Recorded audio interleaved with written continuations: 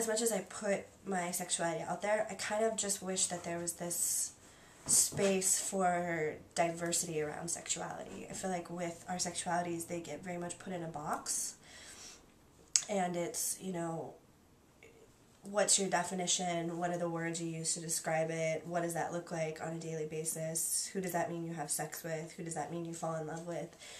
And those are really helpful, but they're such limiting capacities to talk about something as beautiful and open and complicated and simple as sexuality. I'm queer identified and have been for a really long time, even before I knew what that word was, even before I knew that that was a choice. But for me, queer has always meant just different, and it didn't always connect to who I was having sex with and what that looked like. And when it comes to my sexuality, I have sex with all people, and it doesn't matter, you know, their gender, it doesn't matter their sexuality.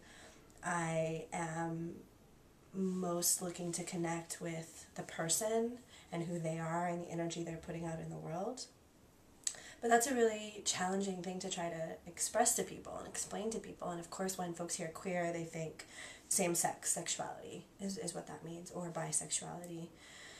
And that's so oversimplifying that it's always a little bit disappointing to me to kind of only keep it at that, because for me, again, queer is related to the fact that I've always been the black sheep in my family, and I've always been the weird one, and I've always been the one that goes my own way, and I've always made choices really on purpose or otherwise, or just because it was what was best for me, that were left of normal and not in really keeping with what the majority was doing.